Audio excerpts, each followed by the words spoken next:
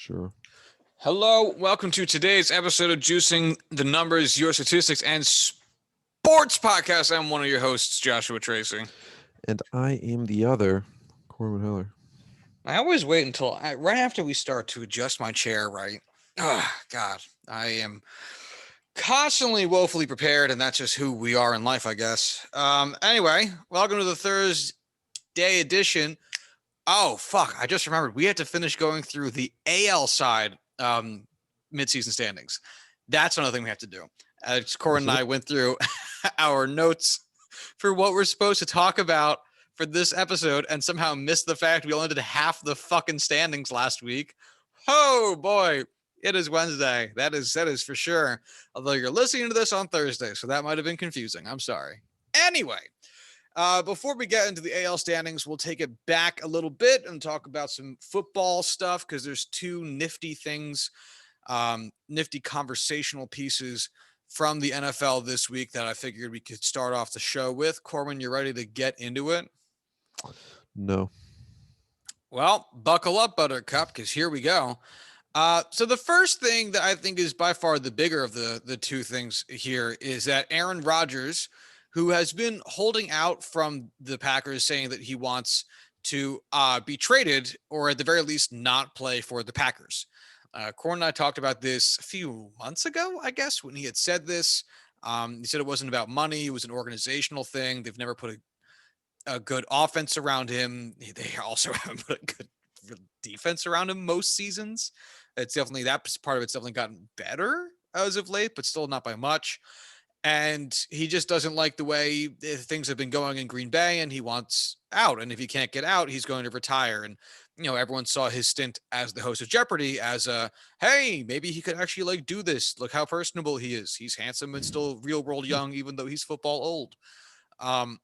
And it appears as though he is putting his money where his mouth is because Adam Schefter of ESPN on July 20th, which for us was yesterday, said that Aaron Rodgers turned down a 2-year extension from the Green Bay Packers that would have made him the highest paid quarterback and therefore player in the entire NFL.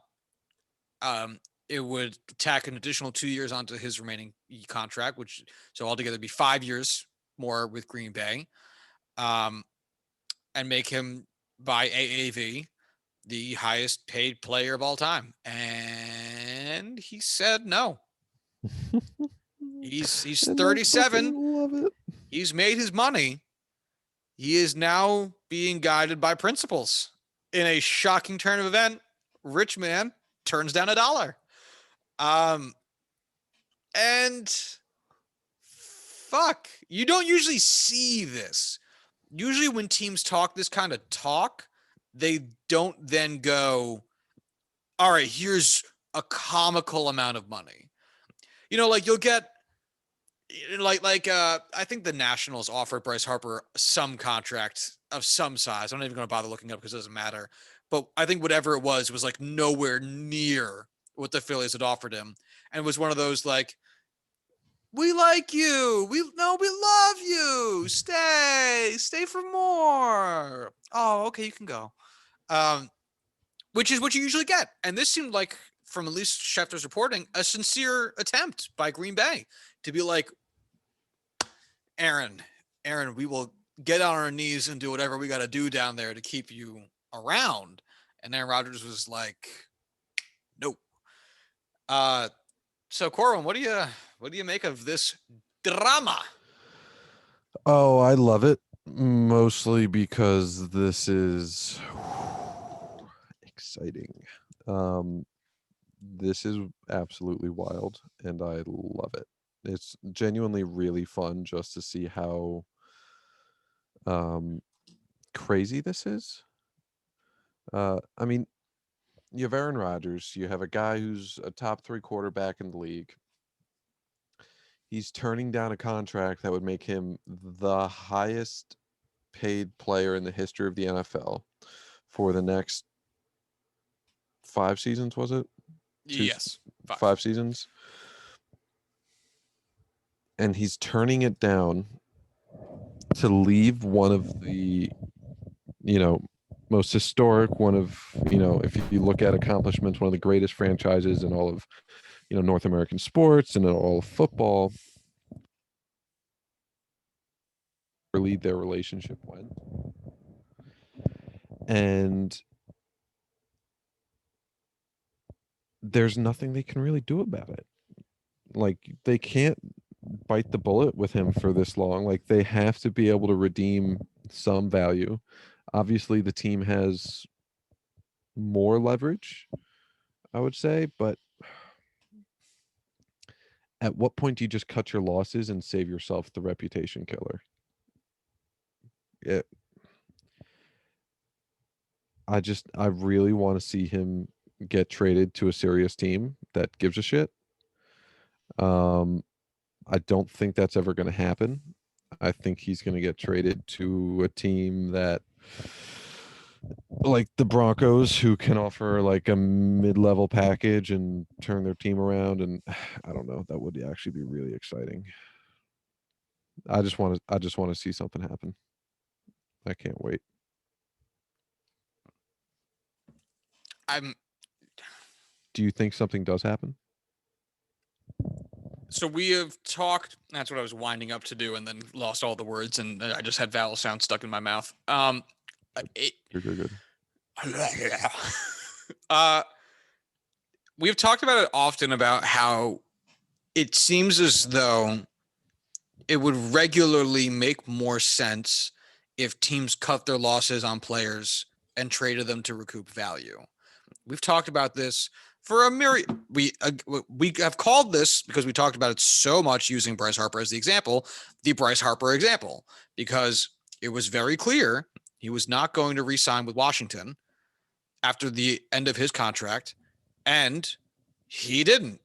And there was conversation at the time: should Washington keep Bryce Harper around?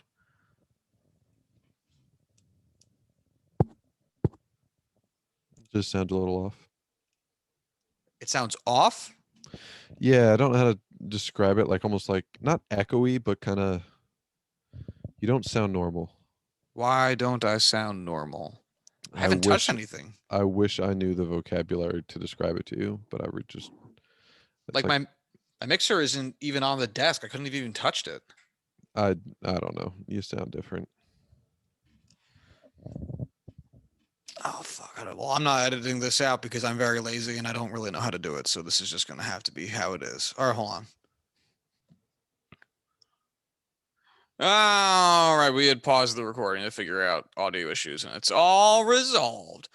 Anywho, you'd think that with teams being so openly cold-blooded in so many other senses, they would be more cold-blooded in another, but it seems as though that cold-bloodedness only comes as a result of them trying to get rid of a player who has no, or at least less production than they need, rather than a good player they can squeeze whatever small amount of production out of that they can.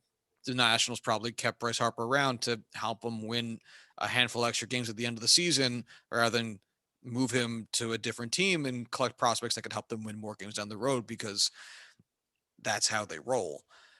If I was Green Bay, well, obviously, I think we all want to ascribe ourselves some level of virtuosity. And we'd be the good GM, the cool GM. All the players like to hang out with.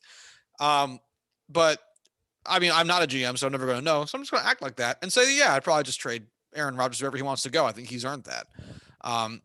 He sat for a comically long time for a guy who's going to end up as a Hall of Fame quarterback, because you, as an organization, didn't know what to do about Brett Favre, and now Mm-hmm. he wants you to not keep him around too long because you don't know what to do with Aaron Rodgers, and he's making the decision for you. He's given your team a fuck ton. He's given you guys a Super Bowl championship. The fact that he hasn't given you more than one is your own damn fault. Move the fuck on and let him finish out his career how he wants, with some fucking grace, instead of being the de facto forcing into retirement franchise that you're currently on stride to be. No one wants to have to turn to the Green Bay Packers as a fun fact at bar trivia in 10 years to be what team forced Aaron Rodgers into retirement because they refused to trade him. No one wants that to be your fun fact. Move the fuck on. It's better to see Joe Namath retire as a Colt, I think. Ram, one of the teams. And get to finish his career out the way he wanted than to not get that second opportunity. You'd rather see Martin Brodeur finish his career with the St. Louis Blues and understand that, yes, I have reached the end of my career, rather than have to constantly wonder or feel like he got sandbagged by the Devils. It sucks, but that's the way it is. Fucking get over it. And you have the chance to get value out of it. The Jets, the Devils, they didn't get value out of that shit. You can get value out of this, and you're not doing it. Martin Brodeur wasn't coming off of an MVP season.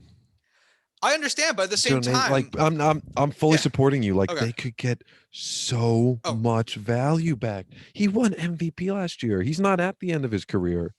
He's not at the end of his road. He's got so much he can do. And the real reason they're not trading him is because Green Bay will be a dumpster fire without him. Absolutely. And that might sound like well, no shit, they lose Aaron Rodgers. Well, if you take a good quarterback, like the Patriots underperformed the first season without Tom Brady, but they were not necessarily a dumpster fire. They were a team that was just missing their Hall of Fame greatest of all time quarterback. Like Green Bay will be a hot mess of steaming garbage, and it's going to expose the GM because he didn't put a good team together. Like your team is currently two fucking people. It's Devontae Adams and Aaron Rodgers. So congrats, you fucked up. There's still time, but they're quickly running out of it. Quickly. And as a neutral fan, it's fun to watch. Oh yeah. Very fun to watch. Gotta say. Mm-hmm. As someone who's in the AFC, this is great. Oh yeah. Yeah. Oh, dude, if I was until he gets traded to an AFC team, AFC team, and wrecks my shit up for the next 10 years. What would you do if the Steelers traded Ben Roethlisberger for Aaron Rodgers? Which honestly also actually wouldn't be the worst thing. Aaron Rodgers trading Ben out of nowhere, it would hurt me as a fan until the season started or like training camp started, and I saw Aaron Rodgers in a jersey. Until you saw the first pick of Rodgers in a jersey. Yeah. I just came a little bit thinking about it. My mom just, oh my God, I had family in town this week. Okay, I'm just gonna stop touching the laptop and giving people fucking epilepsy. My mom had family in town, and she was telling them all about my podcast, and as moms do. And I realized in the first episode that's going to come out since then, I You're making your O face coming while making my O face. So to my 16-year-old cousin, I'm sorry. To my 45-year-old cousin, I'm a little less sorry. But I'd like to say this isn't every episode, but it very much so is every episode. It's every episode. If this is the one you're listening, just understand this isn't different. This is no. You know me as like, oh, you're happy. Like you were saying, you know me as like a 12-year-old kid because I'm a little. All right, again, stop touching the laptop. I need to get a desk. So speaking of Wisconsin, the Milwaukee Bucks. That's right. Fuck you, the Midwest. I just also would like to say we spent so much time talking about what we could talk about. This was not on it either. No, the NBA championship, and we were like, well, we forgot. Well, because I was asking a question, did you watch any of it? No. I gotta admit, I was actually really excited when the Suns made it, and I was like, I'm going to watch this. I'm going to make a point of watching this.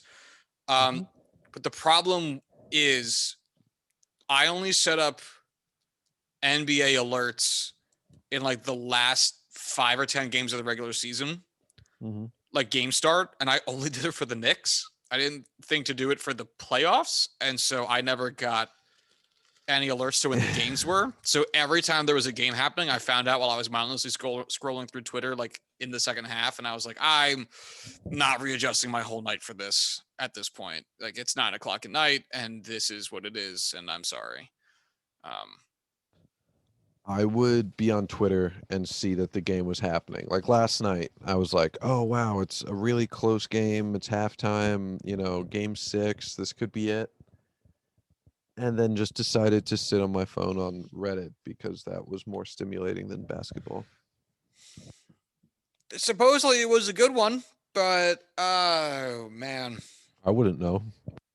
I also think, and this is going to make absolutely no sense. Um, I think I would have cared more if the Suns were on the verge of winning than the Bucks, and that's not Oh a yeah. preference Oh yeah. necessarily for one team or the other, but the Suns felt like such more of a weird long shot in my mind. And maybe it's because Giannis Antetokounmpo just came off of back-to-back MVP seasons, not this season, but the 2 seasons prior. And I know like one name on the Suns, and I'm still iffy because I don't watch a lot of basketball. So I think the underdog nature of it would have intrigued me more, like the 2014 World Series. But then it turned out like the 2014 World Series, and yeah, I don't give a fuck. So I would have just enjoyed rooting for a team that's been like hilariously bad for most of my life, most of my conscious life, at least where I've known basketball teams. Um, it would have been cool to see them come out of nowhere and just kind of, didn't even make the playoffs last year, went undefeated in the bubble, and now this year going to the NBA Finals. Like that's a great story. Plus, Devin Booker's super lovable. Chris Paul is an all-time player. It's a great storyline. Giannis, pretty good player, but yeah, yeah, fun to hate on him. I don't have any hate because I don't follow the NBA close enough, but it's there. Touche. All right, moving on because again, nothing creative to say. The only other football topic that we had written down here, which we can probably move on from very quickly, is that Eli Manning and Peyton Manning will be sharing an Monday Night Football booth. I think it was Monday Night Football. I had the article up, and now I'm not going to check it because I folded my arms and I'm very comfortable. Uh, uh, are you interested, or does it feel gimmicky? What would you expect out of that from I two first am ballot Hall of I Famers? am guaranteed. Like I'm going to set an alarm for this game. Like I don't give it. Like if Eli himself was in a booth with like a normal like Joe Buck or whoever, I would not give a shit. If Peyton Manning was in a booth by himself, I'd probably like I might tune into the game. I might try and watch it if it's, something I can get and it's not during the Steelers game. I don't care if it's Steelers Ravens. I'm gonna watch Peyton and Eli in a booth together because they're fucking hilarious as just like guys being dudes, just as brothers. They just have that kind of like all the clips you've ever seen of them like fucking around with each other. It's gonna be hilarious in the booth. I'm gonna watch it. Like, yeah, it's a little gimmicky, but fucking sure, let's go for it. Yeah, well, Peyton's been doing a really great job with whatever that show he has on ESPN Plus. What's it fucking called? Peyton's places. Yeah, is that really it? Yeah. I don't know, it was something very bad. Nope. Um, but he's apparently been doing a great job with hosting that. I don't actually watch it, but it gets good reviews, so that's what I'm passing along to you. And Eli is a fucking dope in the best way. He's a Mm-hmm. fucking goofball, and I love him. Absolutely. And I like. What do you think we're gonna get more of? Hard hitting, interesting analysis, or ball busting of the highest degree? Ball busting. It's gonna be ball busting. And the thing And that's why is, I want to watch it so bad, because it's gonna be like sitting on a couch with him. and That's then great. in between the ball busting will be really, really good analysis because they both can do it. Manning. Yeah, it's And Peyton Eli. Manning. Yeah. Like we love to talk shit about dopey Eli, but he was the first overall pick for a reason. And played fucking forever. Won 2 Super Bowls. Yeah. Hard to Thanks, do David against Tyree. Tom Brady and Mario Manningham.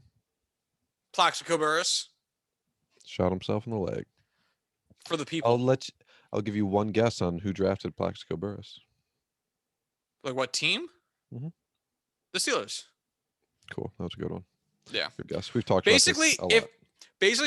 if it's a good wide receiver, I have just assumed that the Steelers have drafted them at this point. Hmm. It's been quite the run. It's still going. Yeah. It's astonishing and frustrating, and I hate it, but I respect it.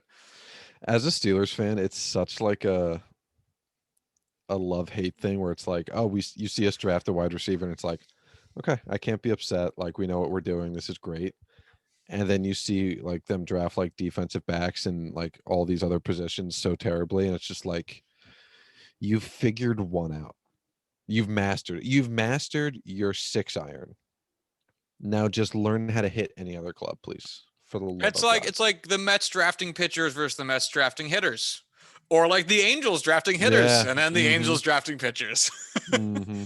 Man, if you just swapped out those two units and those two teams, oh my God, you'd have one of the best teams in baseball and also worse than the Baltimore Orioles. What if like obviously like the NHL is expanding with the Kraken today, but they had like 31 teams for a hot minute. What if like they've had it for like 10 years, the expansion team like folded, never was created, whatever. And then all of a sudden they're like, all right, we're sick of this stupid odd number bullshit. We need to get rid of a team. We're just going to pick the 2 worst teams and just put them together and just say, you're one team now, figure it out. I would love to see if like the best personnel and the best players from the 2 worst teams could come together and be a winning franchise. So the two worst teams by record are the Baltimore Orioles and the Arizona Diamondbacks. And honestly, I'd actually think that would probably be pretty okay. Assuming both teams are healthy, which I know is an assumption, but suck my dick. The catcher of that team would be Carson Kelly. And I'm going to be very lazy about how I do this analysis, and I'm just going to use OPS plus because again, this is a very conversational podcast. Suck my dick. I'm gonna do this. I'm gonna do this with the 2 worst teams in the NFL while you do this. Okay. So Carson Kelly would be the catcher because his 129 beats out Pedro Severino's 79 or 78. First baseman would be Trey Mancini. His 115 beats out Christian Walker 74. Your second baseman would be Josh Rojas, whose 113 OPS plus beats out Pat Valleca's 36. Fuck you, Pat Valleca. What the shit is that, dog? 36? Tried to suck any dick on the way to the parking lot. God damn. Wow. Okay. Try not to suck any dick on the way to the parking lot. From Clerks. Fucking How many guys have you gone down on? 36. 36, Including me? 37. 36. Sorry. I should rewatch Clerks. I'm gonna pick that movie on the podcast next week. You should check out Juicing the Big Screen for your movies review and discussion. All right. Anyway, for shortstop, we'd probably end up going Ramon Urias. I'm sorry, Ramon. I don't know how to pronounce your last name. I see so many versions of it. With his 116 OPS plus beating out Nick Ahmed's 62. Third base, I guess you would go. Since I don't see a definitive third baseman since Michael Franco's on the IL right now and his OPS plus is 75, I guess by default we're going with Eduardo Rodriguez and his 112. So far, all of these have been over 110. Like, seriously, these two teams complement each other so well based on their players / currently injuries. Then your outfield would likely be Cedric Mullins with his 148 OPS plus. Ketel Marte with his 162, and then kind of dealer's choice on the third, either David Peralta and his 97, or Austin Hayes. My bad. Austin Hayes is and his 102, with the DH being Ryan Mountcastle and his 138 OPS plus. That's actually a rather decent squad. And then your bench players would all be sub 100 OPS plus guys, but like whatever, it's your bench players. And then your rotation. Thank you. I forgot pitchers were a thing. Yeah, the rotation would be Zach Gallen's 109 ERA plus in 46 innings, I guess, and Taylor Widener. and his 119 OPS plus, ERA plus in 33 innings. Merrill Kelly also has a 94 ERA plus and 117. Um, let's see, for the Orioles end of it though, just John Means, I guess, and his 165 ERA plus. Bruce Zimmerman also has a 93 ERA plus in 59.2 innings, but depends on how you want to shake it out. That is 5 to 6 guys, though, depending on how you want to run with it. So that seems like a fine enough bullpen where you're starting rotation where you have a clear number one guy in John Means and then a bunch of like third or fourth starters. But hey, I mean, that might be good enough to get it done. And then a bullpen that doesn't suck. Tanner Scott, Paul Fry, Cole Sulser from the Orioles combined with uh, Taylor Clark and Joe Mantiply from the Diamondbacks, I guess. Joaquim Soria, you could throw in there if you felt like it, but that's up Hmm. to you. Adam Plutko has also been decent this season. Taylor Wells, also shouting out Taylor Wells. He's had a good year. Um, oh shit, so is Dylan Tate. Sorry, Dylan. Didn't realize you were killing it. That's so anyway. Point being, that's not a half bad team. No, it really isn't. It's actually quite a good Um, team. Really good I team. have made it through the offense, which I'll take given the fact that this is like 50 2 players. minutes. Yeah, so like, um, all right, defense I'll just do on the fly because fuck it. Quarterback. So I should say the two worst teams I picked were the Houston Texans. I think they were clear number one. And unfortunately, Josh, the New York Jets. I was wondering if you're going to pick them. I think it's appropriate. I would agree. Um, let me get two windows up so that I could do this professional style. Oh yeah. All right, quarterback, Deshaun Watson. It. We're not going to discuss his accusations. If he is a quarterback still active on the team, he is far and away the best option. Running back, not a lot of options. I went with Philip Lindsay. Um, he'll he'll do a little bit of everything. He'll get it done. Sure. Wide receivers: Corey Davis, Brandon Cooks, Elijah Moore. Um, I would be happy with that threesome on the football field. Uh, sorry, cousins. Tight end: Christopher Herndon. Offensive line: genuinely a really good offensive line. Laramie Tunsil, Elijah Vera Tucker, Connor McGovern, Marcus Cannon, Titus Howard. Titus Howard, I get it. He's got a lot to be desired. Former first round pick, you know, young kid, second year in the league. He'll figure it out. If not, you can replace one player. That's fine. Um, defense. Boy. Okay. Okay. This is a whole lot of shit. I'm just gonna come out and say that. They also play two very different defenses. Um, Carl Lawson, I guess. Charles Omenahue, I guess.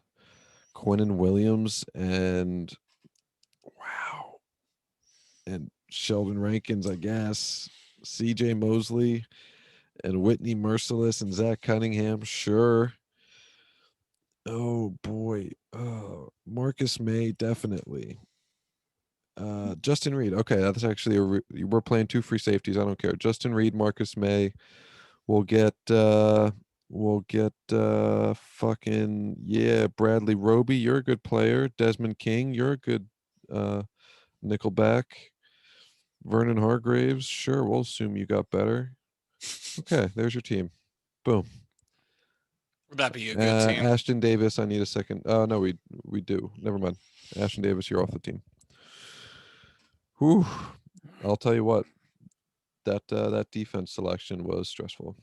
On the fly, that was stressful. I'm sorry. How many wins is that team putting together? That team's going to the playoffs. That Okay. team, if you have Deshaun Watson there, you have some good wide receivers, you have a good offensive line. It's not blowing you away, but it's a good top 10 offense probably. Defense, that's a good defensive line. Those are some pretty decent linebackers. You could probably have a top 15 defense. Sure. Yeah, and you know what? That team's winning their division. All right. Okay. Okay. Okay. Okay. All right. Let's take it to the standings talk because it's going to take a while and we've done a Yes, it lot of is. other shit. Yes, we have. Um, so let's actually save the AL East for last this time. Let's go from West to Central to East. We're in the AL, so let's talk about AL West. We're looking at the Houston Astros currently on top of that division at 58 and 38. Again, these are standings as of end of day the 20th. So these standings are 2 days old as you're listening to this because Baseball Reference does not update games after they conclude. They update games the morning after games have finished. So 58 and 38 for the Astros. Oakland is behind them at 55 and 42. That's 3.5 games back. Then Seattle at 51 and 44, 6.5 games back. The Angels at 46 and 48, 11 games back. And the Rangers at 35 and 60, 22 games back. So Oakland and Houston have been battling for the division title for a while. Like they've been battling, trading places to certain extents over the course of the season, with Houston usually winning out over the long term for the last 3-4 seasons. Feels like maybe 5. I'd have to double check. And it's continuing here, but again, over a long enough stretch of time, i.e., a full season, Houston Astros are going to win the division. They are doing that currently. That is likely to hold itself. But Oakland has that first wild card spot, probably, or one of the 2 wild card spots, likely locked up, depending on what Toronto or the Yankees can do. The big surprise here really is Seattle. The fact that the Angels are floating neatly around 500 is, not fucking surprising. Every fucking year, goddamn, they are the most hapless organization in sports. The Rangers, everyone expected to be bad. They're still, I guess, trying to rebuild. They haven't done too much as of late. They're still getting surprisingly weirdly good performances out of random starting pitchers. Like, remember when Lance Lynn had like a 8 WAR season there a couple years ago before going to the White Sox? Yeah, it was super weird then, and it's staying weird. Wasn't that That's for sure. like 2 years ago? Was it 2 years ago or was it last year? Oh, I it must thought have it been 2 was. years ago because it was a shortened season last year. Yeah. Whatever. It was weird. Well, at least they have, Alexis Lafreniere, so hopefully you can turn it around in his second year and the Rangers can do something. Go fuck yourself.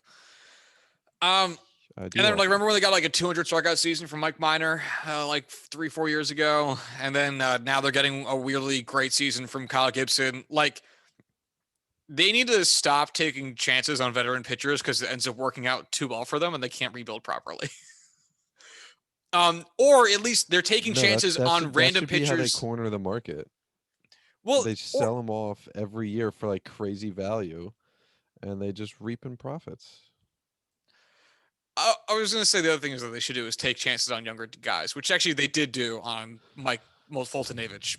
He was 29, but he has like a 6 ERA, and it's looking rough. Yeah. If you made me guess how old Mike Fultonevich was, 29 was nowhere close. I Yes, would have said sir. like 34. How old do you think Jordan Lyles is? Just tell me. I don't want to guess because it's going to be very wrong. 30. Also feels 35. And then how old do you think Dane Dunning is? Oh, 25. 26. Yeah, fantasy team. Oh, do you have him? Yeah. Oh. I think I have Uh, him in both my dynasty leagues that I no longer play in. nice. Please Yeah, start playing more. no. Yeah, the Rangers have outfield and nothing else, but we're not going to spend too much time talking about them, I guess, because there's no point. And one of them probably won't be there much longer. That's part of the. I guess that's a good reason to talk about it. So obviously Joey Gallo is having himself a very tidy season, 145 OPS plus. He's got like 24 home runs and 6 singles or some bullshit. Not really. He has 67 hits less. Um, 31 extra base hits means that he has 36 singles to 24 home runs. So he actually does have a decent amount of singles this year. Anyway, not the point. Should the Rangers trade Joey Gallo? Yes. They Why? are not going to compete anytime within his prime. They aren't even going to come close in that time period. Get him now while you can get the most value for him.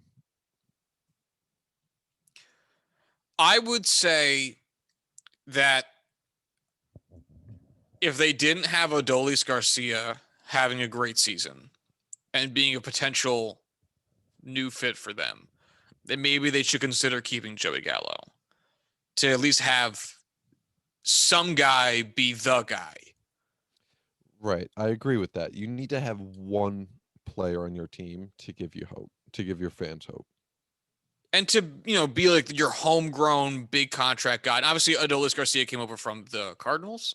But still, like, he's having his rookie season. I shouldn't even put that in air quotes. It is technically his rookie season with the Rangers. So, because I think, actually, how old is Adolis Garcia? 20. Adolis Garcia is 28. That's yeah, hilarious. I was literally just was about to ask how old do you think Adolis Garcia is? That's hilarious. But this is technically his Oh rookie my year, which God. is also wild. He has a thick fucking neck. Look at that man's Uh, neck. I don't know what pictures you're looking at, but we're just gonna. That's a huge neck. That's a lot of neck. Corwin's putting a picture of Adolis Garcia up to the Zoom. So yeah. Um, It's not Paul Puzzlesi's neck, but oh, it's a big neck. yeah. Yeah, I the mean, the Rangers have to decide what they're going to be. And honestly, at this point, it's tough to know how to do it without spending $500 million because they don't have a lot of rookies. Like what? Is it Paul Puzzlesny? It is Paul Puzzlesny. wait, hold on. I clicked out of it. It's too much neck. I don't want to Look at see that that much neck. neck. I have to stop looking at the neck. It's too much neck. Neck. Anyway, Takeo Spikes. Look him up. it's tough to see how the Rangers get out of the mess without spending $500 million because their team is garbage. They don't have a young like it is very conceivable how the Orioles could turn their team around in like 2 seasons if they actually went out and spent up to the luxury tax threshold because they have enough young players that they developed or traded for from other teams, which still counts as developing, but some people are pedantic. Um, that they can fill a lot of their holes themselves very competently, and then fill in the rest with uh, trades, acquisition, free agent acquisitions, what have you. With the Rangers, it's really tough to see where they do that. No one on that team hits particularly well outside of Nate Lau, Adolis Garcia, and Joey Gallo. And then a lot of the other players they have are just kind of guys. Like Brock Holt's a guy, Charlie Culberson's a guy. They got a good And defensive shortstop. They've got what else? Where else do they have good players? then their rotation's a mess. Their bullpen is actually bullpen's kind of fine, but it's I they're not a Joey Gallo away from competing, and that's why I think they should probably trade him. Obviously, you couldn't get a Chris Sale style return because that was Chris Sale and this is Joey Gallo. But for some more top line prospect, You're right. They're fucking their rotation is a mess. it's an absolute mess. Which is why, honestly, like if you're the Yankees, you're in actually a weirdly decent position to offer up some pitching prospects in this trade. Like obviously Yankees fans probably don't want to hear Luis Medina should go. But if you put together a package that surrounded either some combination of like Acevedo, Medina, and Garcia, if I'm the Rangers, I'm all over that. Medina and Garcia could be two actual rotational pieces that you can try to build around, or at least work around in the near future, depending on how you want to view near, but regardless. We spend a lot of time talking about the Rangers. We should probably move on. They have Charlie Culberson, so they're actually a really good team. Sorry we talked so much shit for so long. Nah, I don't apologize at all. The Mariners are in such a shitty spot because there is basically absolutely no way they can make the playoffs, but they actually have a winning record, and it's sad that has to be ruined for them. Very much hard agree, I should say. That is just so unfortunate. When was the last season you think the Mariners had a winning record after a full season?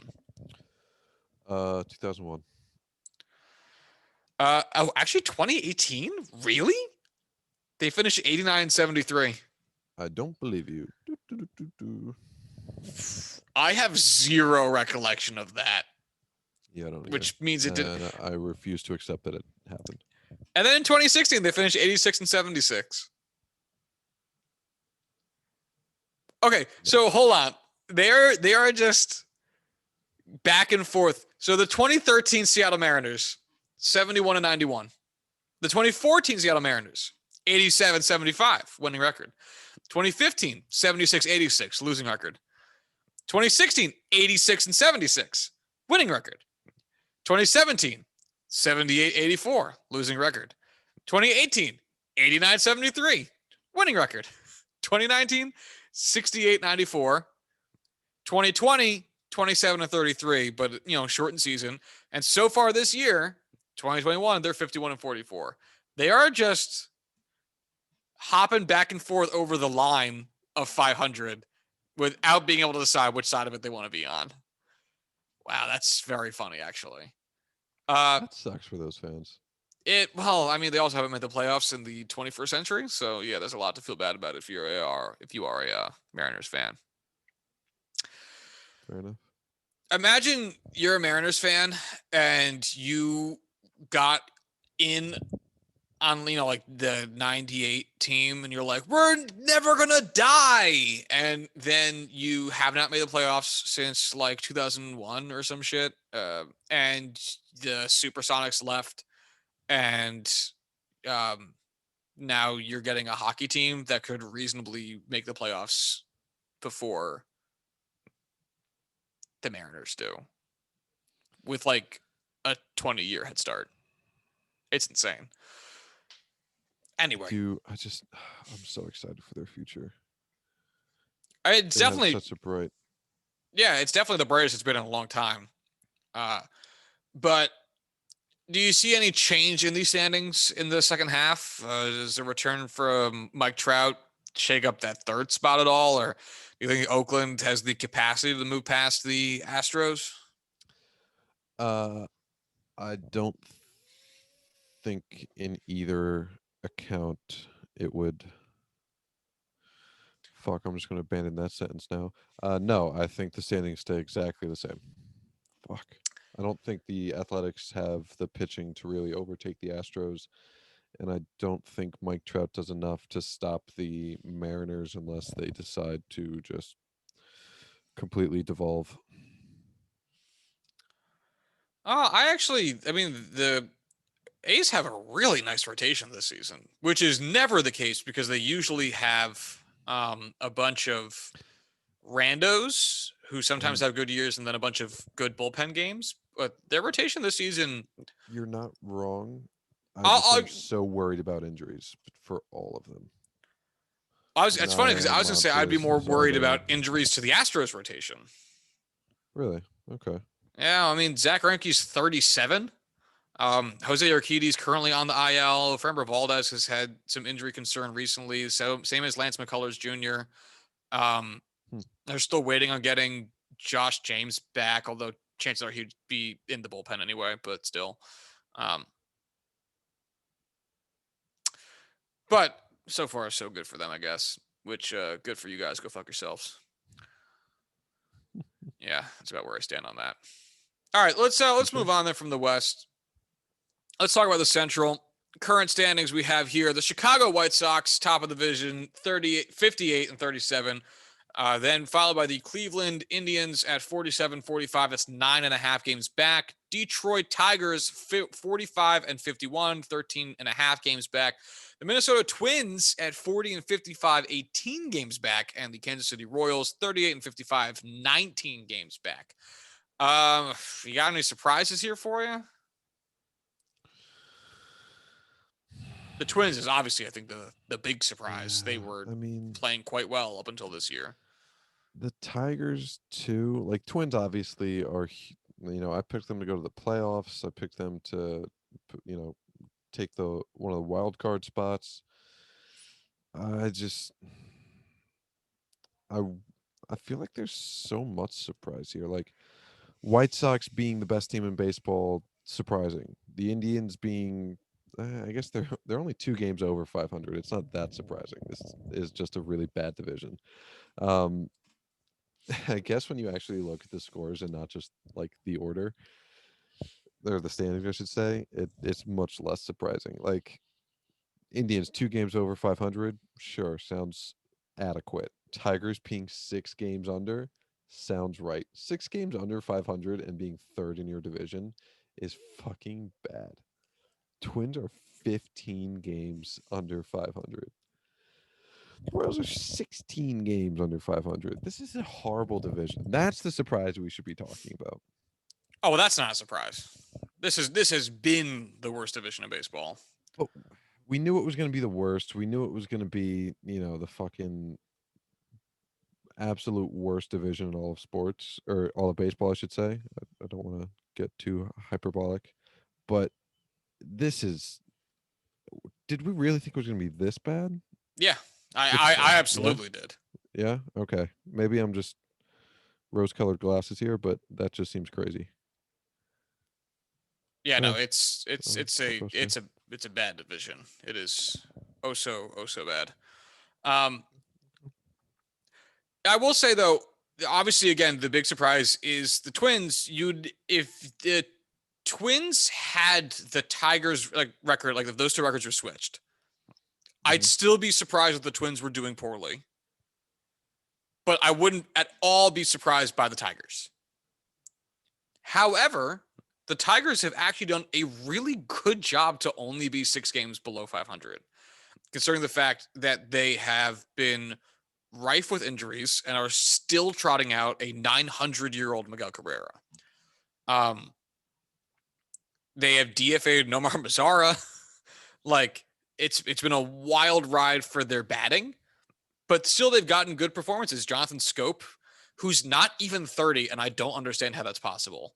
He's 29, has a 123 OPS plus. They've gotten good seasons once again out of Heimer Candelario, Robbie Grossman. Akil Baddoo is having a wonderful rookie year. He's literally the best hitter on the team. And then their pitching is really starting to kind of take shape.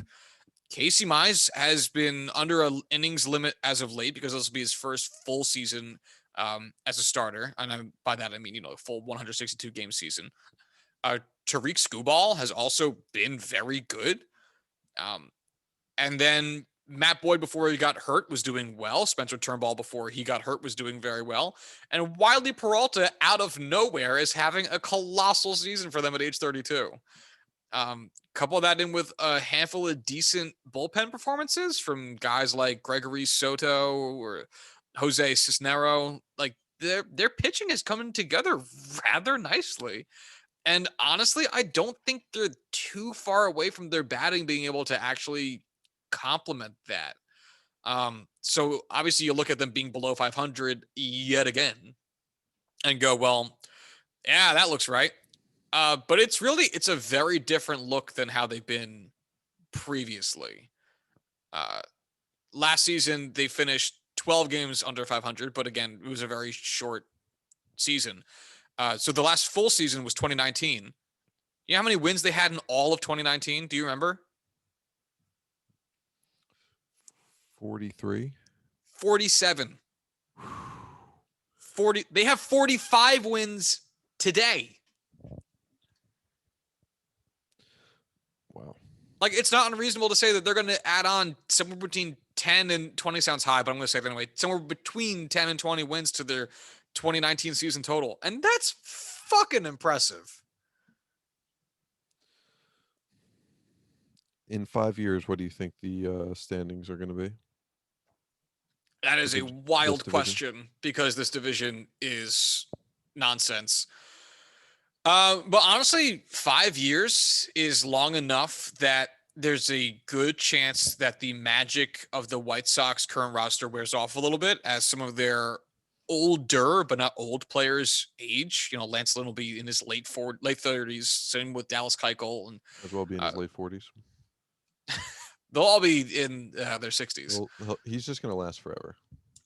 Um, Tony La Russa will be dead, I guess. Sorry. Uh,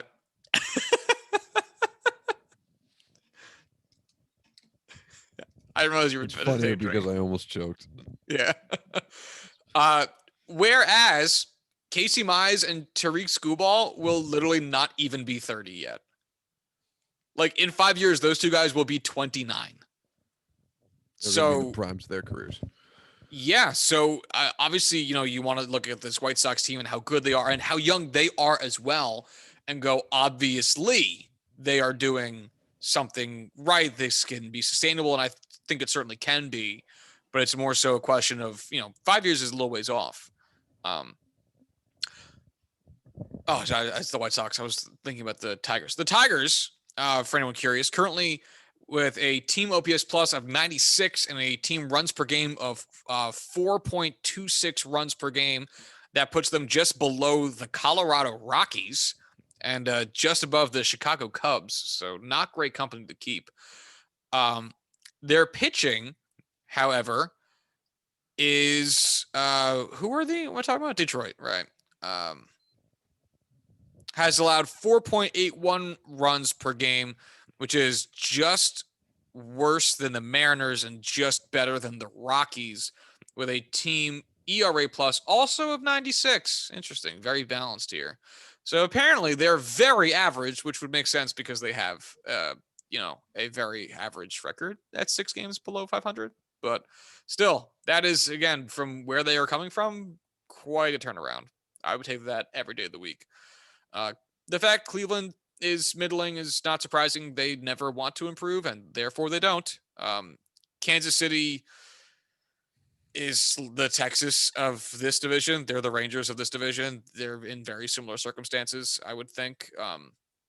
Royals probably a little bit better position if they wanted to do some trading, but probably won't. They should really trade.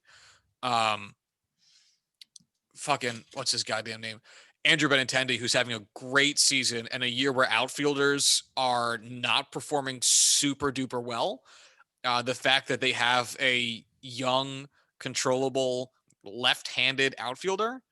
Oh my God, they should reap the benefits of a 103 OPS plus, but still 26 left-hand hitting outfielder, Andrew Benintendi, and get him out of there. Uh, but anywho,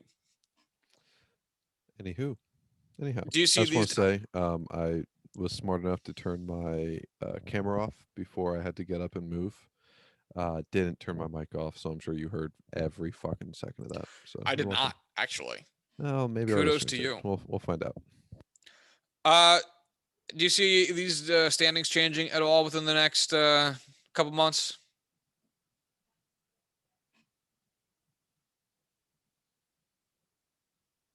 Are you muted? You muted yourself. Yeah, I absolutely did.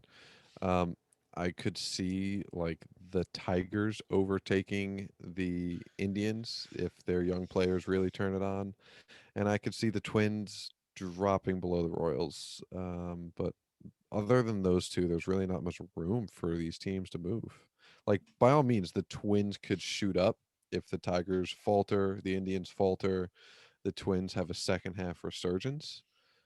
I just think it with how brutally bad they've been, it's I just think mentally it's going to be tough for that team to come back. Yeah, it's really just they are a good hitting team that can't pitch the weight of a paper bag, and it's killing them. Like if you look at their hitting, all their hitters are doing rather well for themselves.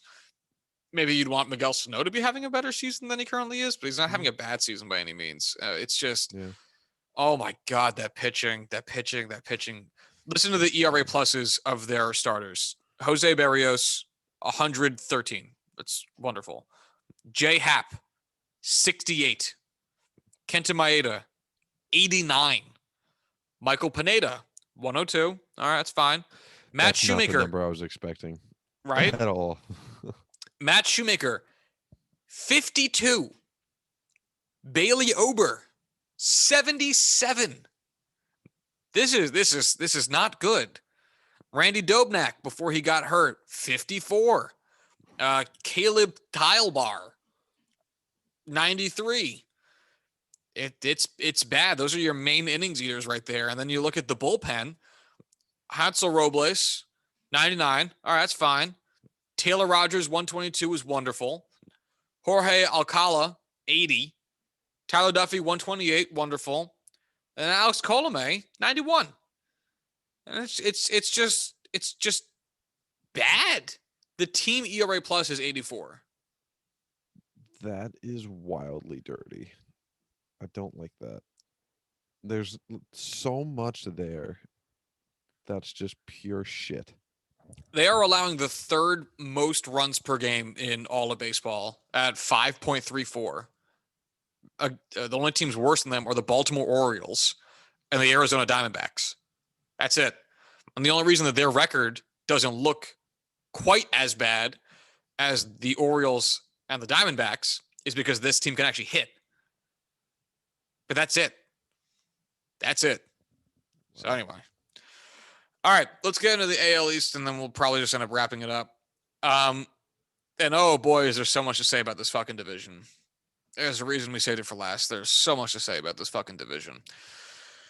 So the standings as of today, the Boston Red Sox are on top of it at 57 and 38, followed by the Tampa Bay Rays at 56 and 39, one game back. Toronto currently at 48 and 43, 7 games back. The Yankees 49 and 44, also 7 games back, and then Baltimore at 31 and 63. Sorry, it still makes me laugh every time I see it. 25.5 games back. It's such a big number. I should say, as it stands right now, the Red Sox are beating the Blue Jays, which would put them at 58 and 38. And the Rays, I think, already beat the Orioles. Yes, they did. So actually, as it stands right now, which I feel like is a sentence or phrase I've said 6 times in the last 10 minutes, the Rays are only half a game back since they won their game today, and the Red Sox game has not yet finished. So that's that. Man, let's take it team by team because I have many things to say. I might just turn my mic off and just let you rant.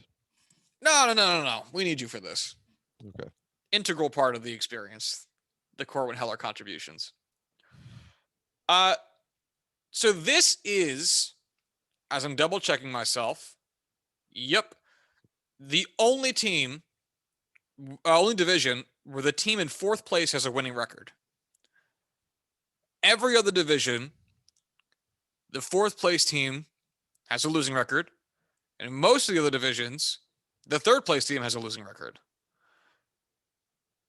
So the fact that the AL East is this competitive 1-4, I don't think is necessarily surprising, but it is still, well, no one's out of it in 4th place. And that's what's going to make this interesting to see.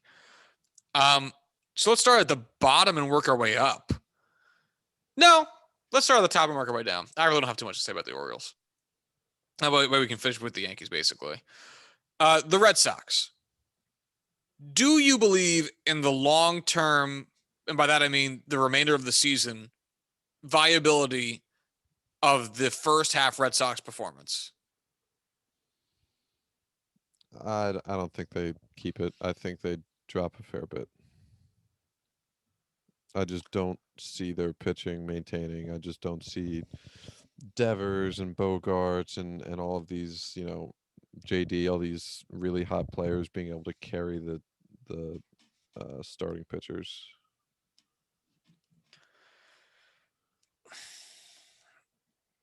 I don't think it carries on either. I think there's been a lot of overperforming, but it's been very fortunately timed for the Red Sox because of what's happened when. So if we look at their batting splits by month, their OPS plus relative to the league's split OPS plus for April and March was 117. It's a team OPS plus. That's very good. In May, it was 116. Still very good. And each of June and July, it was 105, which is fine, but not nearly as good as being 12% better than the entire league for your entire team. Or sorry, 17% better, I should say. So it's slipping down from the very high that it had at the top of the season. Let's look at what their pitching has done month to month. Their allowed OPS plus in April and March was 90. So they were allowing quite a bit. Oh no, sorry. I think this is going the other way. I'm trying to. I mentioned it several times how I hate that Baseball Reference does this. So no, actually 90. Sorry, 90 is good. My bad. 90 is good. And then in May it went up to 113, and then in June it went up to 123, and here in July it's dropped down to 95. So they were pitching well, pitching worse, and now they're pitching better. And with both of these things being so mobile and inconsistent, it is tough to get a feel as to what exactly this team is, because their hitting is clearly very, very good, has also been very timely. Like their lineup, Christian Arroyo, Xander Bogaerts, Rafael Devers, Alex Verdugo, Enrique Hernandez, Hunter Renfroe, JD Martinez, are all hitting over a 100 OPS plus, which is wonderful. The second you get away from those guys, it gets destitute. Christian Vasquez, Bobby Dahlback, both at 77 and 75 respectively. Then you turn to the bench, Marwin Gonzalez, 59, Danny Santana, 54, Franchi Cardero, 35, Kevin Plawecki, 84, Michael Chavis, 42, and then Jaron Duran, who just got called up recently, 70. So the point of that is saying they have no depth when it comes to their hitting, which so far, because they have been very timely with their hitting and their front end production guys are so good.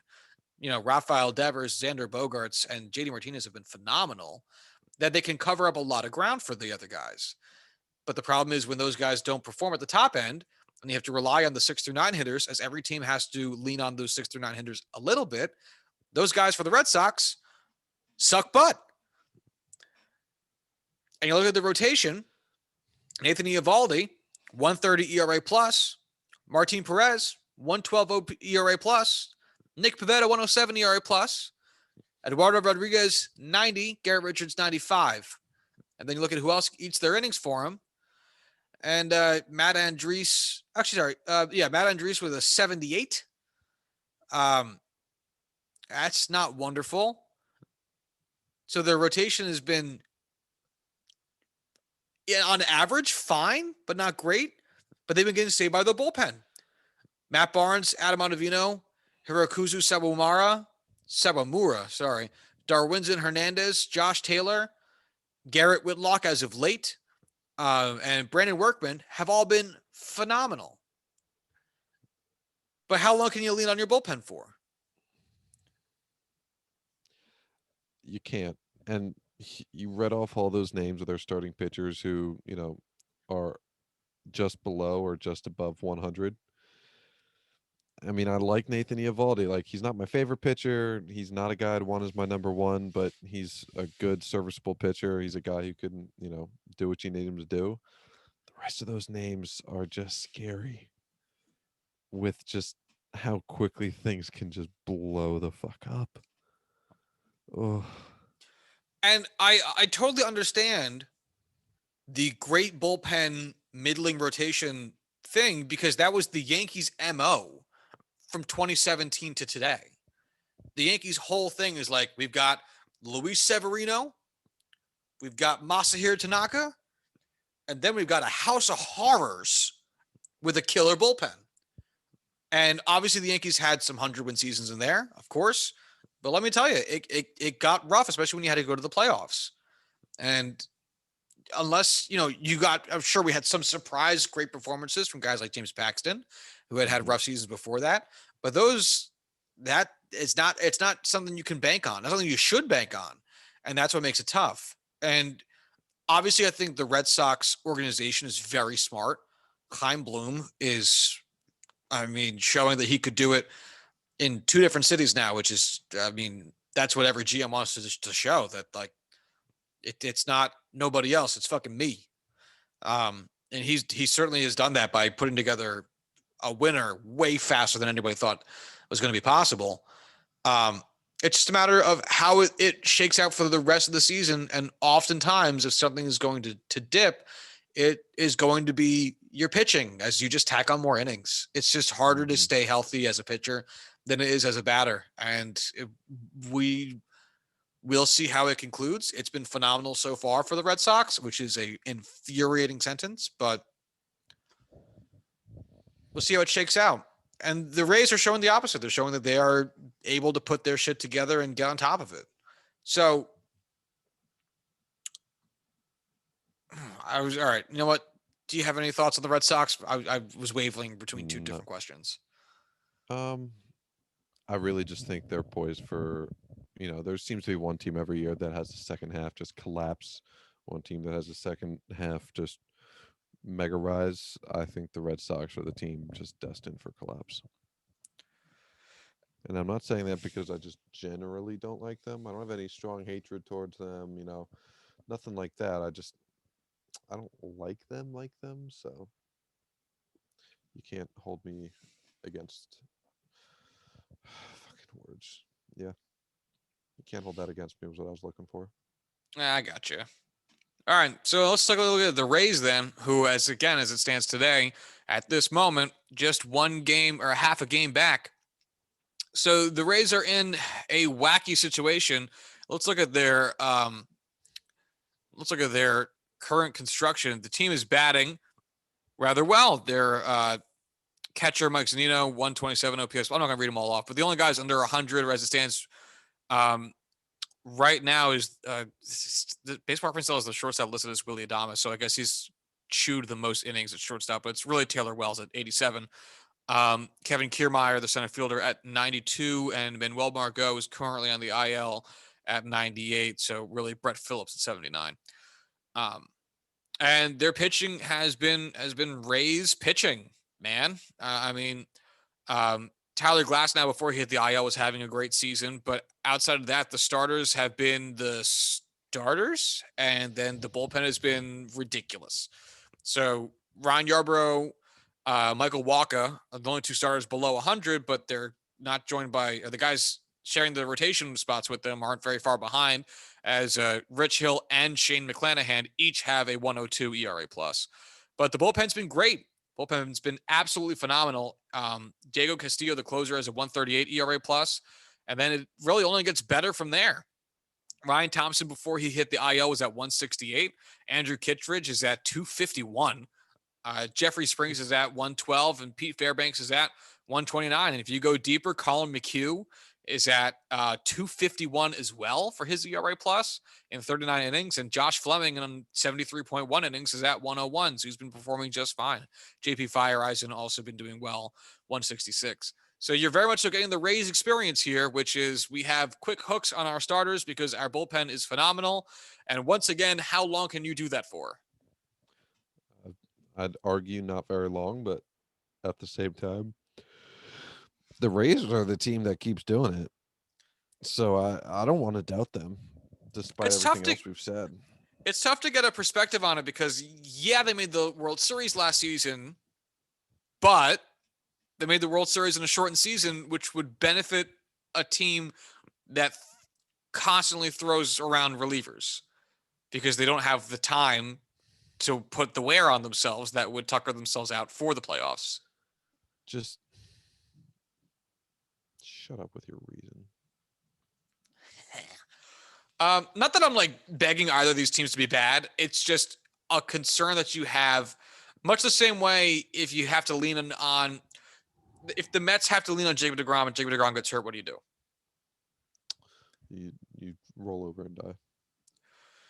Well, it's a valid question, and obviously the answer is we're the Mets. We have seemingly a ridiculously good pitching development program that we continue to squander because we can't figure out how to hit a home run to save our lives.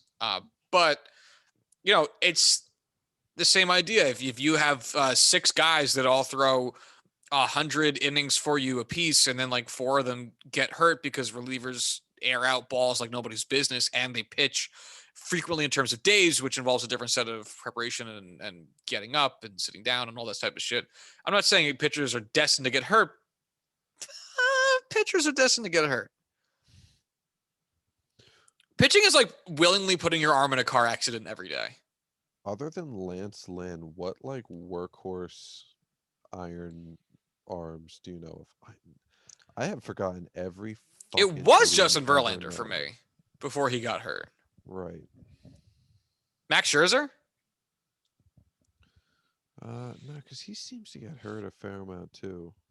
Recently, yeah, but usually he's better at not getting hurt. It's a weird, stupid sentence. I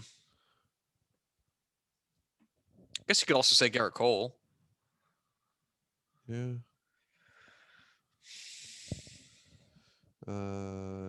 Innings pitched since, what do you want to say, 2017? Sure. 2016? 2017. Okay.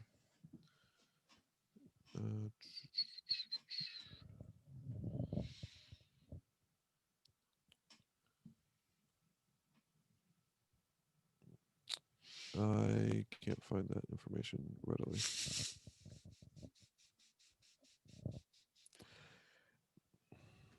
Oh, this is the real shit, man. I feel I'm just like not even close to being able to answer this. All right, hold on. Let me look it up. This is all right. I'm trying Fangraphs. Single season? No. Hold on. Let's pause this real quick. This was a race, and Josh won. The most innings pitched from 2017 to 2021 is Garrett Cole, 808.2 innings pitched, followed by Zach Greinke with 806.1. That is, yes, a shock, but maybe it shouldn't be. Followed by Jacob deGrom for all his injuries at 782.1, and Max Scherzer, despite all of his, at 766.0. And Corwin, would you like to guess at 5?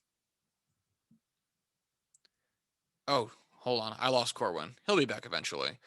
Number 5 is absolutely not a guy I would have picked, but I guess it makes sense because I'd never usually hear about him being hurt, and that is a big thing when you're part of a rotation in order to accumulate a bunch of innings, because obviously you're getting the playing time, you're in the rotation. That's Aaron Nola, who's pitched 760.2.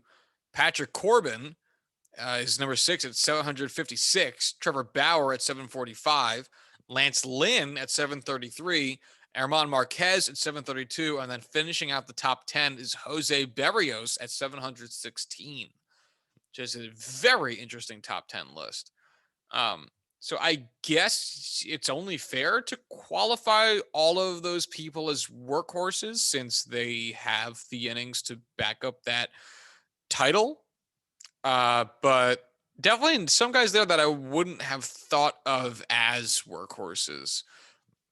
Like Patrick Corbin, for whatever reason, and maybe that's on me, doesn't stick out as a workhorse, but oh well. Big old deviation. Back to the time at hand.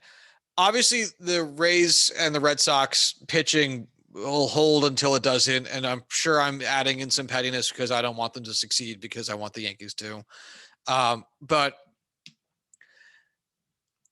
I think between the two teams, I would actually probably put the Red Sox as being more sustainable for the success, whereas Corwin had them to crash and burn. I probably wouldn't because their batting has been so much better. I think if anything, with the susceptibility of bullpen health as a given, the Rays are probably more well positioned to struggle in the second half. Welcome back, buddy. Do you want to take a wild guess at what happened? Computer died. No. Update. Windows update. Yep. There it is. The top 10, I'm just going to read it out because I already moved on. Already, I figured it out as I opened Okay. up my as I was waiting for Zoom. I was like, oh, this was incredibly easy once I put it together. Like once I found the actual option, it's like, oh, it's right there. Gotcha. So who do you, let's make sure I did it mine right then. Who was your top 5? Garrett Cole, Zach Greinke, Jacob DeGrom, Max Scherzer, Aaron Nola. Yep, I got the same guys. I'm surprised Aaron Nola's there. That's so when you had died out before I realized you were gone, I had said I'll give you a guess at who number 5 is because I would not have picked him as being a workhorse. And it was Aaron Nola. Yeah. Yeah. Jeez. So let's talk about Toronto. They're currently tied with the Yankees in terms of how many games back they are from the division title. But they are one up on the Yankees in the loss column, which obviously matters the most. And they, like to a certain extent, the Red Sox have found their success in hitting. They have been creaming the ball. And it's helped make up for some deficiency with their pitching. Since everyone not named Robbie Ray has not been pulling their weight. Sorry, not Robbie Ray. Oh no, hold on. What am I looking at? Sorry, hold on. I looked at the wrong stat. Actually, their rotation's been super decent. Robbie Ray 153 ERA plus, Hyun-Jin Ryu 135, Steven Matz 101, Alek Manoah, who just hit the 10-day IL this week, 155, and then Ross Stripling at 89. That's it. They actually have a very nice rotation looking here. Yeah. Yeah, I mean, it explains a lot. Robbie Ray. I mean, I know you're going to ask what the biggest surprise is. It's Robbie Ray by a million. Like this guy was absolute. Like he was Mr. Hype like 3-4 years ago, and then has just been cast away as like, yeah, you're not bad, but like you're fucking dog shit kind of reputation. Like So he got shit on a lot on Reddit. At least that's of course that's where we get all our baseball knowledge. But like he's been bad, but not like hot trash like some pitchers. so I had applied for a job with the Yankees 2 years ago, I think. And because it was relatively recent. And I got to the second or the third stage with them to be in their analytics department. And I think I actually talked about it on the podcast when it happened. And the stage I was at was like a survey, like an open-ended 10-question kind of thing. And it was like a how you think kind of thing. And one of the questions was, who would you trade for if you were in the analytics department? And my choice was Robbie Ray. And I have been left to wonder if that was a reason I didn't end up getting to the, I guess, third or fourth stage of the interview process. I'm not sure which one it was. Because I was doubting if that was a good decision to go with Robbie Ray. And so far, I know it's only one season out of many, but so far I feel pretty fucking vindicated, I gotta say. I feel pretty fucking vindicated. Call up Mr. Steinbrenner and tell him, hey, fuck you. I'm gonna call it Brian Cashman and be like, the biggest signing mistake you ever made was not signing this guy right here. What would you say his worst signing mistake has been? I think everyone universally in a chorus around the globe would all declare at once. Sorry, there's actually literally fireworks happening outside my window as I was saying that. Jacoby Ellsbury. but catcher's interference. It can only get you to first base. It only works when you show up to the games, man. How did him going to uh what was it? Fenway Park for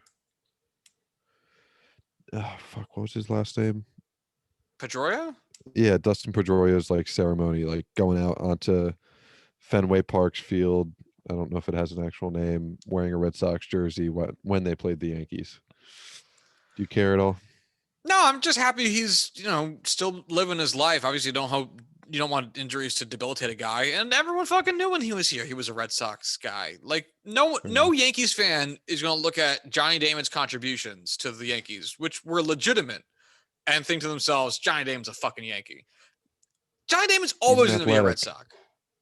Sox. All right, fuck yourself, hipster weirdo. Johnny Damon's always going to be a Red Sox because no matter how many positive memories we may or may not have of Johnny Damon, he's still one of the guys that helped end the curse, and he can go fuck himself to death because of it. Like dick in ass until he stops breathing because of it. The I'll be honest. happiest Johnny Damon ever made me was when he got traded to the Yankees because it pissed off Red Sox fans that I knew at the time. And that is the only outstanding memory I have of Johnny Damon, even though he was actually a decent player for us. Uh, I'll be honest. I only know Johnny Damon as a Yankee. I got in like my dad started watching baseball more, and just like I started watching the Yankees just because that's what was on TV most nights. And it was right when Johnny Damon started playing for him and was playing, every day. And it's just like, oh yeah, Johnny Damon, he's a Yankee. I never have ever known Johnny Damon as a Red Sox. Yeah, he was there from '02 to '05. He was with the Royals from 95 to 2000, one season with Oakland, and Which then they don't play that up much in Moneyball. no, they don't. He has a banner, and you assume he's been there forever. Uh, Yeah.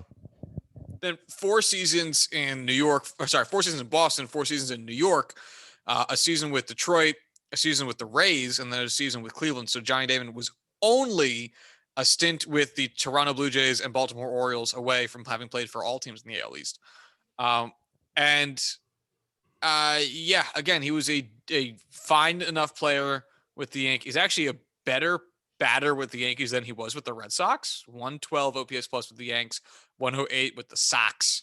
But he will always and forever be a Red Sox in my mind, and for that, he can go pound sand up his ass. So, yeah, that's where I stand. Haters never die, man. Anyway,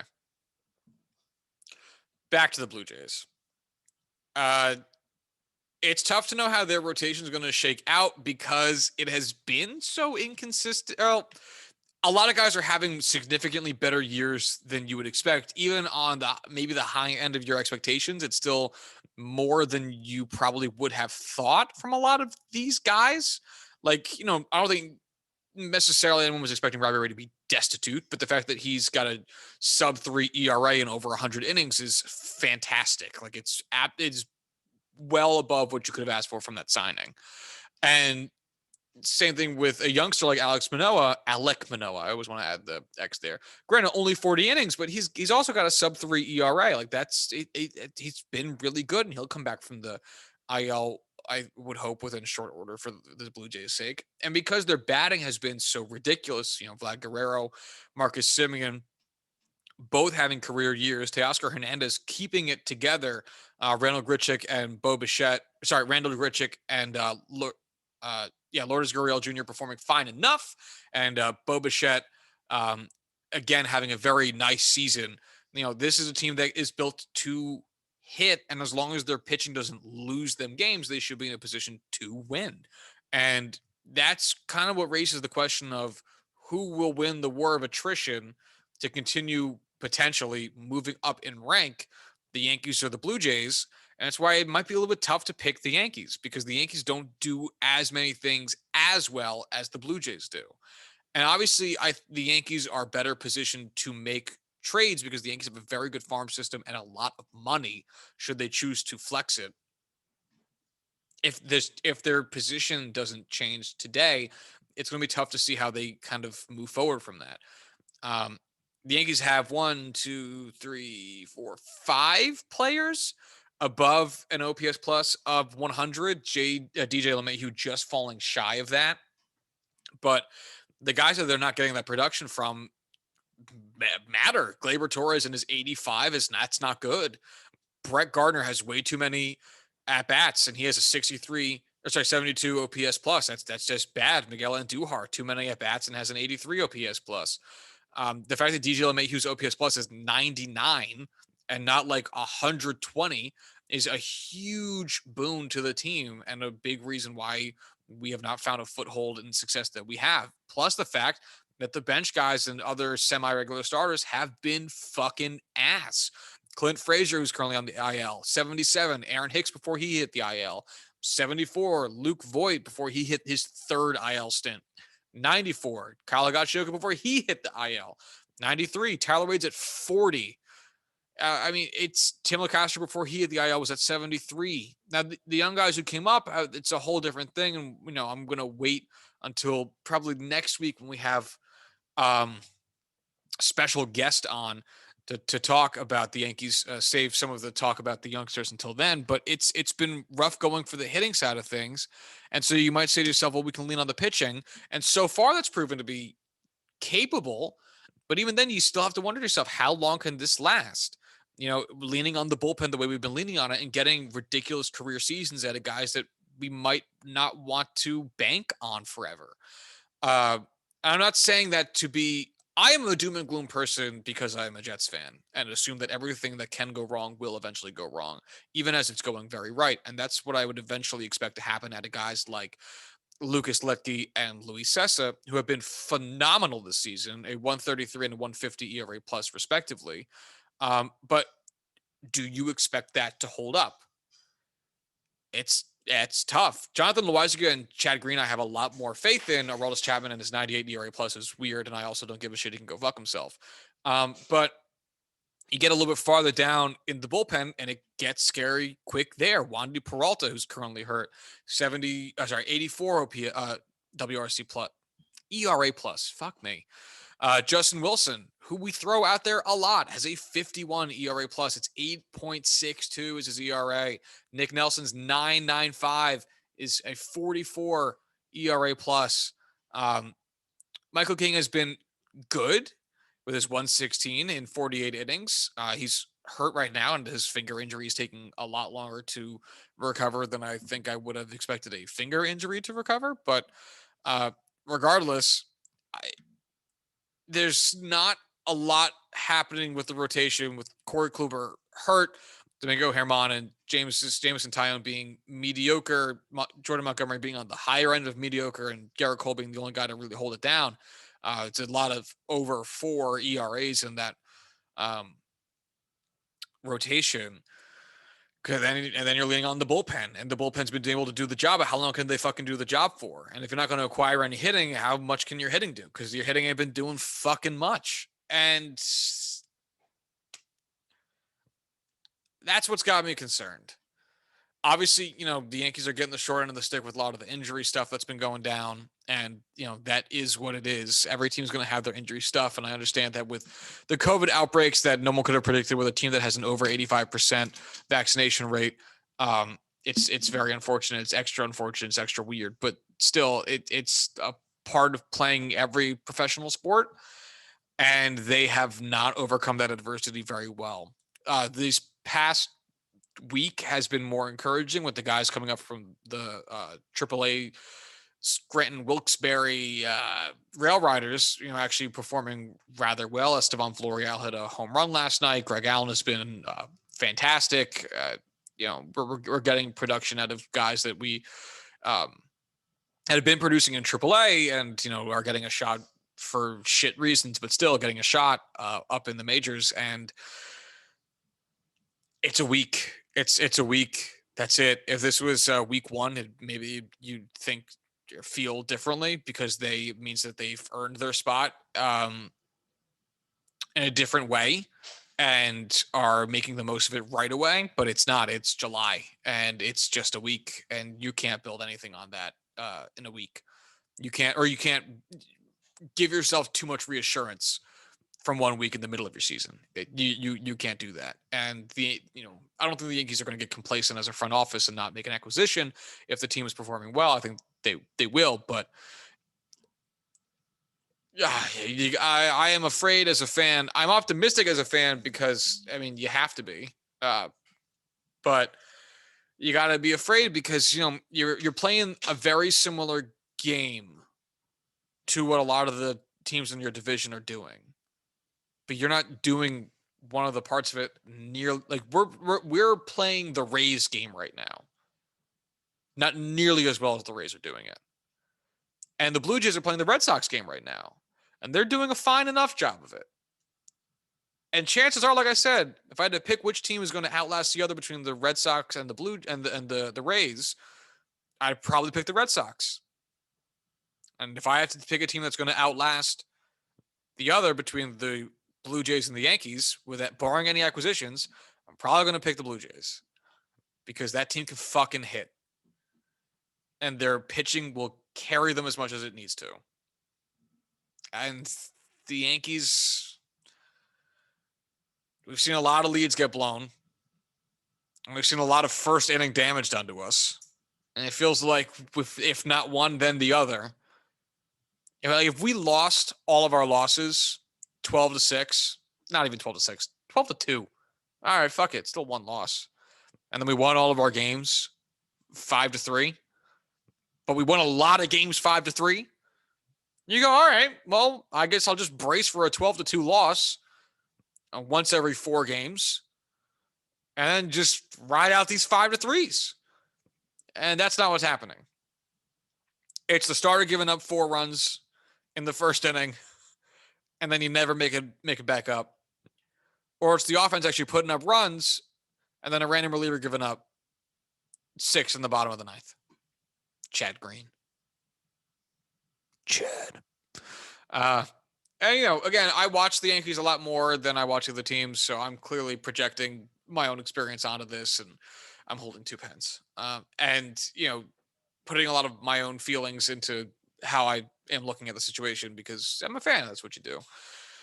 But this is why the trade deadline matters so much more in baseball than I think it does in any other individual sport, because the way that you control your outcome is so dependent upon personnel and well-positioned personnel, more so than I think it really is. Football, you can chalk a lot up to scheme. And to a certain extent, you can do the same thing with basketball and hockey. Baseball, there's no scheme. Not nearly as much, anyway. Right-handed, left-handed? Bullpen versus reliever? It's small. So, anyway. We'll see what happens. Corwin's gone. I don't know what happened. I'm assuming his laptop updated again. Only time can tell. We're going to wrap it up. So, if you want to follow the show on Twitter, you can do so at JuicingPod. If you want to follow Corwin on Twitter, you can do so at Corwin Hell. If you'd like to follow me on Twitter, you can do so at Joshua D. Tracy. And until Monday, y'all have a good one.